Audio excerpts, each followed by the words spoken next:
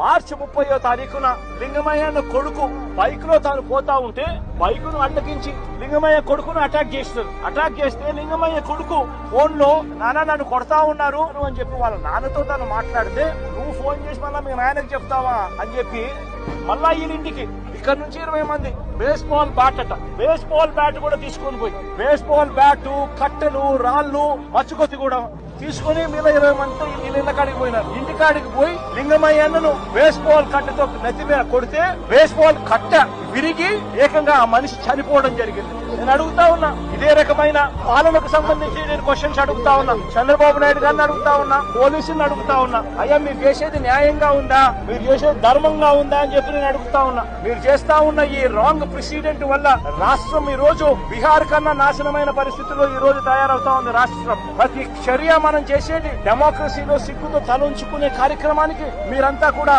సిగ్గు లేకుండా చేస్తా ఉన్నారు.